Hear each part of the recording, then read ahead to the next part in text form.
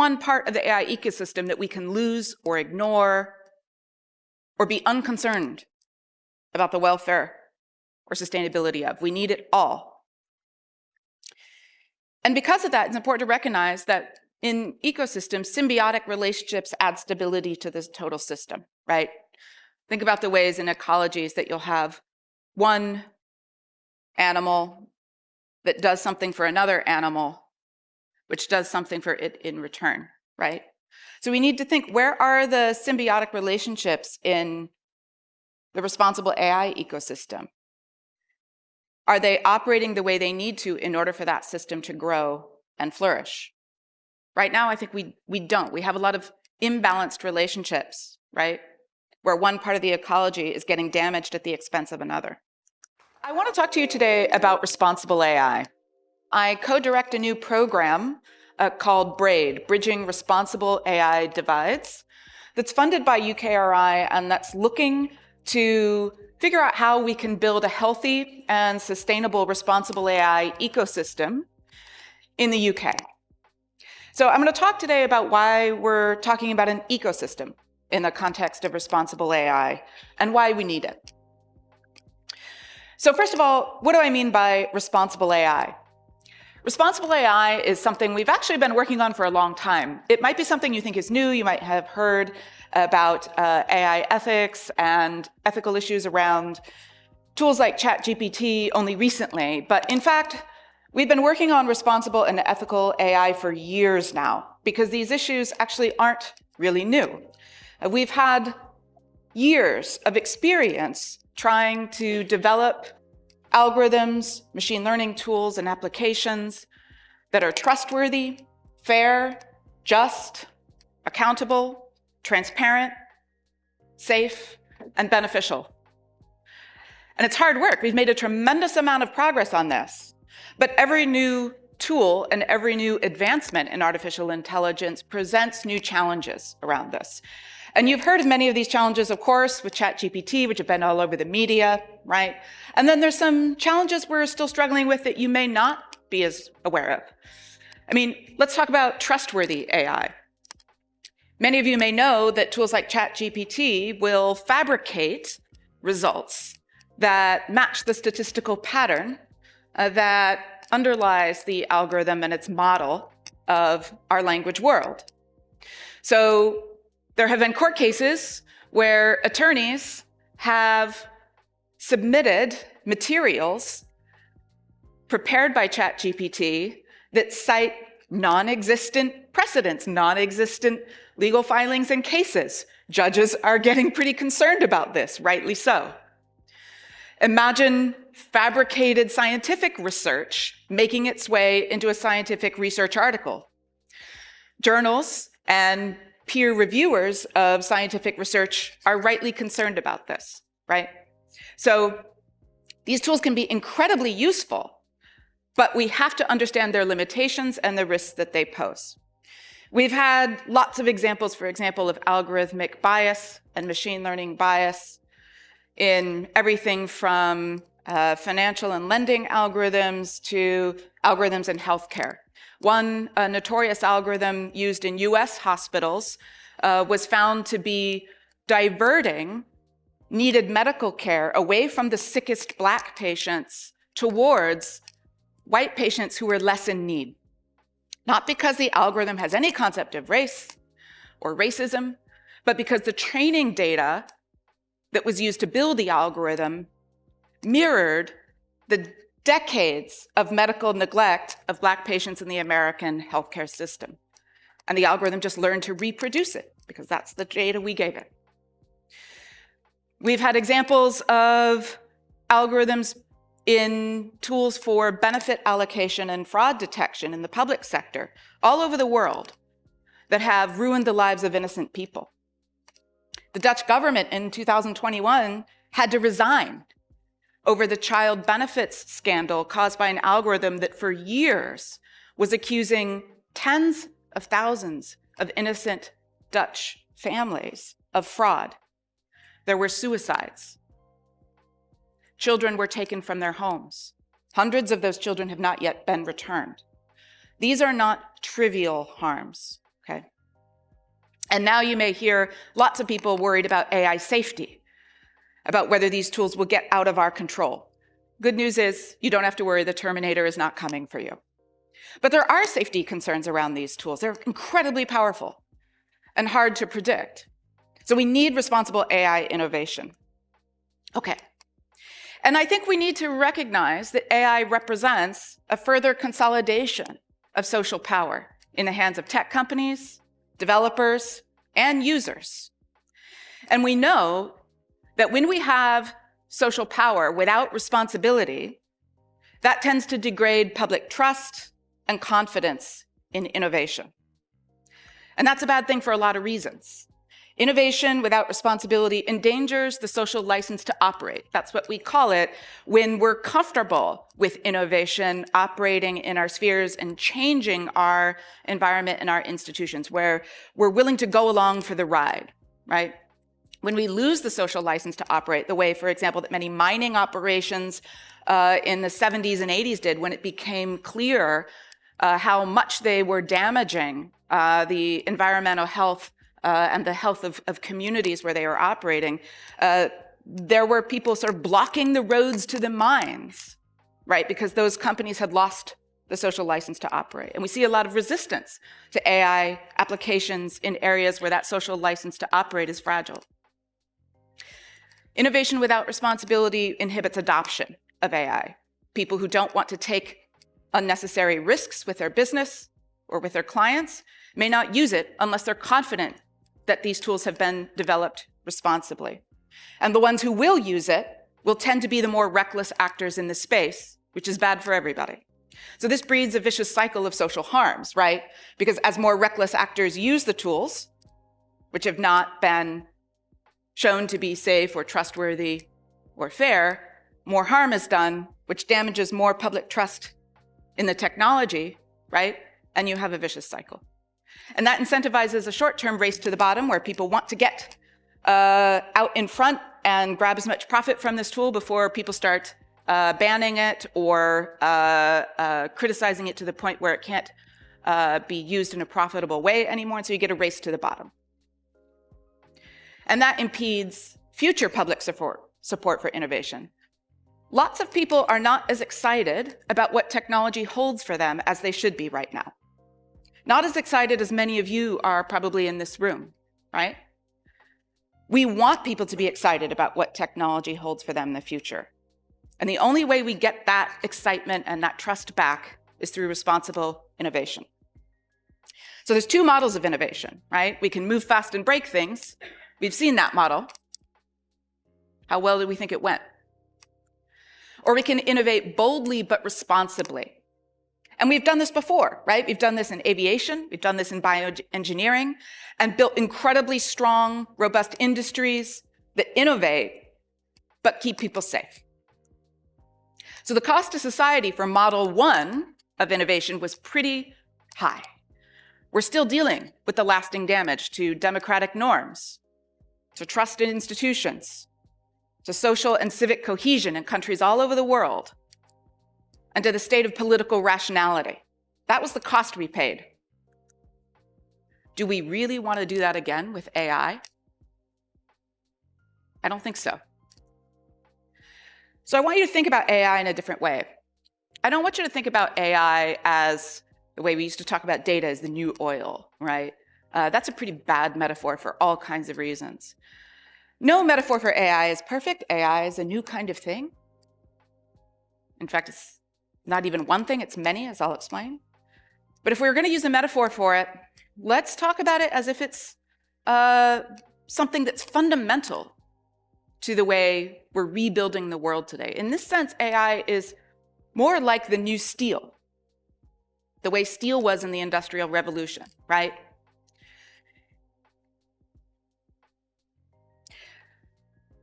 Like steel, AI will change the way the world looks. Like steel, AI will allow us to rebuild the world at new scales. Think about how cities radically changed in a century because of the use of steel. but you don't rebuild the world with materials you don't trust. So the future of AI, if we really think that it can be beneficial for us, which it can, depends upon us being able to trust it. And the social cost of not being able to trust it, therefore, could be catastrophic, not just because of the harm that it could do, but of the potential that will be lost, the potential to rebuild the world in more sustainable ways, in safer ways, in ways that promote human well-being and happiness. So responsible AI is the only other path for AI, the only path. Okay, so how do we take that path? How do we walk it? Where does it take us? Again, this is where we have to start thinking about things in terms of an ecosystem. Why an ecosystem? Again, it's a metaphor, right? Why this metaphor? Well, I've mentioned already, AI isn't one thing. Experts in AI actually go nuts when the media talks about AI as sort of this one cohesive thing. There are all different kinds of techniques that have been used for AI. For decades, we had sort of formal logics built into expert systems that we called good old-fashioned AI. Then we had neural networks, the early days of machine learning, and then with the revolution in big data in the last 10 years, a complete transformation of the old days of artificial neural networks to new machine learning models that are more powerful than we could have imagined. And then now with what people are calling generative AI, large language models, large image models, we're seeing new capacities emerge from these technologies. And all of these different tools have different strengths and different weaknesses. So AI itself is a sort of ecosystem, right? But it's not just the algorithms and the data or the trained models. AI systems depend upon a complex, shifting global web of people and organizations and materials. It's a global web of distributed and yet very tightly interwoven dependencies of actors. And that's very similar to what we see in the natural world with ecosystems, right? Where everything is tightly coupled to everything else, but with degrees of complexity that are incredibly challenging to understand. So a responsible AI ecosystem, if we began to map it, might start to look like this. We could talk about the ecologies within the larger ecosystem. There's a material ecology of AI. There's what I'll call a tech ecology, a corporate ecology, and a public ecology. And by the way, like all maps, this is oversimplified, right? Many of these spheres intersect in certain ways, overlap. But just to give you a sense of what I'm getting at, let's look at the material ecology of AI. Lots of people actually tend to forget about this. You think about machine learning and AI as this thing that lives in code and not matter. But a lot of the physical world has to go into AI, from data suppliers, energy suppliers, human labor, human bodies go to work every day in countries like Kenya and the Philippines to label the data that makes AI run, or to mine the rare earth minerals that are required for the graphics chips that we're using to power it. Many of those minerals are causing environmental damage as they come out of the ground, or political and social damage. Some of them are what we call conflict minerals. Tons of water gets used to develop the chips and train the models that we're relying on. So there's a huge physical ecology here. And if you're interested in this, I strongly recommend that you visit this website, Anatomy of AI, that was developed in 2018 by the Microsoft and AI Now researcher Kate Crawford and Vladan Joler. And they built this beautiful work of art, which is a schematic of, if you will, the material ecology of AI. And you can see how detailed it is, right? There's no way you can read that. That's because of how complex this ecosystem is. And there's a lovely essay that goes along with it that I strongly encourage you to read. Okay, but in addition to the material ecology, there's the tech ecology. All the technologists and experts that go into building these systems, all of the researchers, the model developers, the engineers. And within that, right, even teams that are now devoted to expertise in things like machine learning fairness, trust and safety, responsible AI teams. I've worked on those in industry. They're incredibly impressive, and they're necessary for these tools to work. Professional tech societies and standards organizations like IEEE or ACM, AI research publication venues, right? Just a partial list. The corporate ecology, large platform companies and cloud providers we all know, right? But also the VCs, the startups, the open source orgs, the research organizations, the logistics and supply chain companies, the third-party apps and services, the consulting firms, the auditing firms, the corporate boards and lobbyists, and the users. An immense ecosystem. The public ecology of AI, individual consumers and end users, impacted communities, including those who don't use the stuff, right? Not using AI doesn't mean it won't determine whether you get a job, whether you get an organ transplant, whether you get housing, whether you can travel the roads safely. So the public ecology really includes everybody.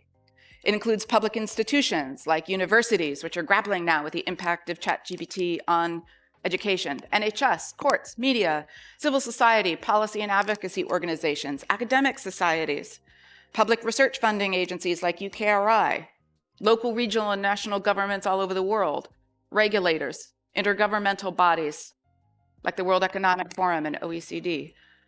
We're all struggling to manage the transformations that AI is bringing about. And we're having to do it in coordination. And that's incredibly difficult. So how do you manage that challenge? Well, I think we can learn a lot from the study of ecology, which really grew out of, in the 1960s, early work pointing out the risks of environmental loss and catastrophic damage, irreversible damage, from industrial activity, right? And that spawned new sciences of ecological interest to try to understand these interlocking systems, these effects, these dynamics, and learn how we can manage them better and more sustainably. So here's some things we learned. We learned that a thriving ecosystem is balanced by the health of its component ecologies. None can be sacrificed for another. So think about those sub-ecologies, right? You can't simply ignore what you're taking from the material world in order to build AI. Because if you run out of water, if you run out of those raw materials, if you break down the human labor chains, you don't have what you need to build the tech. You can't ignore the public ecology. Remember what I said about the loss of social trust and the social license to operate. AI doesn't thrive without people willing to use it, willing to trust it. You can't thrive without the corporate structures, the organizations that are necessary to operate at the scale that we're seeing for AI's potential. So there's no one part of the AI ecosystem that we can lose or ignore or be unconcerned about the welfare or sustainability of. We need it all.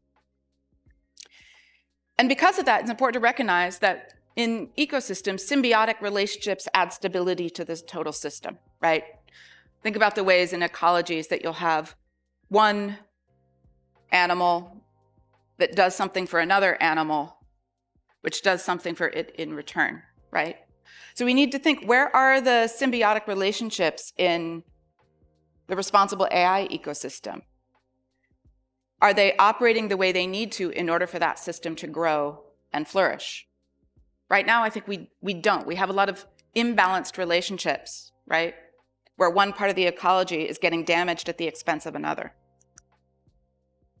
So healthy ecosystems also need to be regulated by a number of forces. They need constant adjustment, though, to dynamic environments and changes. So they need to be regulated, but they need to be regulated in ways that are responsive and agile and can change according to need. Brittle ecosystems collapse. So how can we make a responsible AI ecosystem that's governed and regulated, but in a way that can move and adjust as needed? Healthy ecosystems also develop mechanisms of resistance and resilience. So resistance is the ability to repel a shock to the system, right? Resilience is the ability to adapt and accommodate to that shock. And you need both.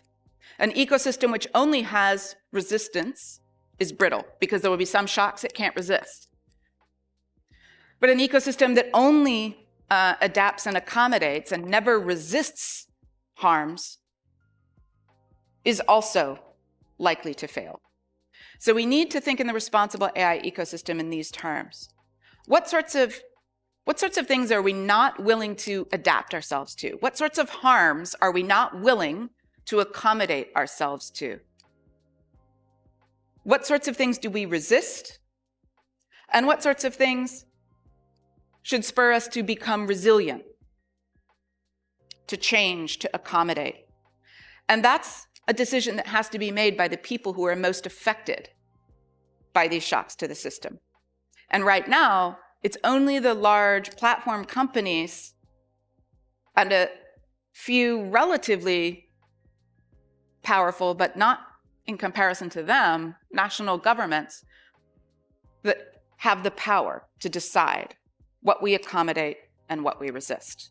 And a lot of people see this as a profound problem of political justice today, that those of us who are living with the costs of AI that's unsafe or untrustworthy don't have a say yet, not really, in what we resist and what we accommodate. Responsibility for the health of ecosystems rests with agents with the power to change them, and particularly the power to damage them, and the knowledge that they can do otherwise. Think about an ecosystem that's being damaged by an animal that's overgrazing or overpopulating, right, and causing stresses on the ecosystem. Do we blame the animal for that? Do we say, damn those deer? Why would they do such a terrible thing, right? No. We don't blame creatures that don't have the power to change their actions or don't have the knowledge that they can do otherwise than what they do. People are different. But it also means that when we look for responsibility in the AI ecosystem, we have to look for the people who have two things: the knowledge and the power to do something different. And the knowledge and the power in the AI ecosystem is not distributed evenly, and neither are the benefits. And that's partly why this ecosystem is out of balance.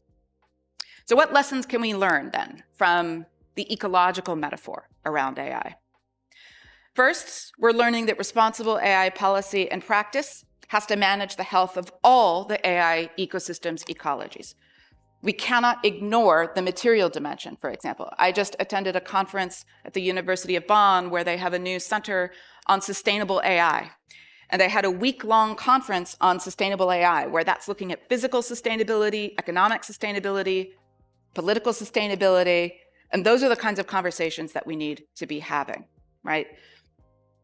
So looking at the entire ecosystem, not ignoring any particular part or ecology. We have to build symbiotic relationships within and across those component ecologies so that the public ecology of AI is strengthened, not weakened, by what the corporate or tech ecologies are doing. Right now, those kinds of relationships are not there. We need to guide and govern the system with coordinated, agile, and responsive regulation, right?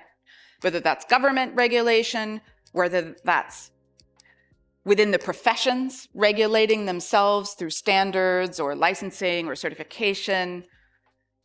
You're seeing a lot of the professional societies around AI, including the leading AI conferences, now require research submissions to those conferences to demonstrate that the researchers have thought about the ethical implications of the work they're doing, or the limitations, the ethical and social limitations of what they're doing. That's really new. That's a form of regulation, right? That's computer scientists themselves getting together and saying, these are the standards we're going to set for one another and follow.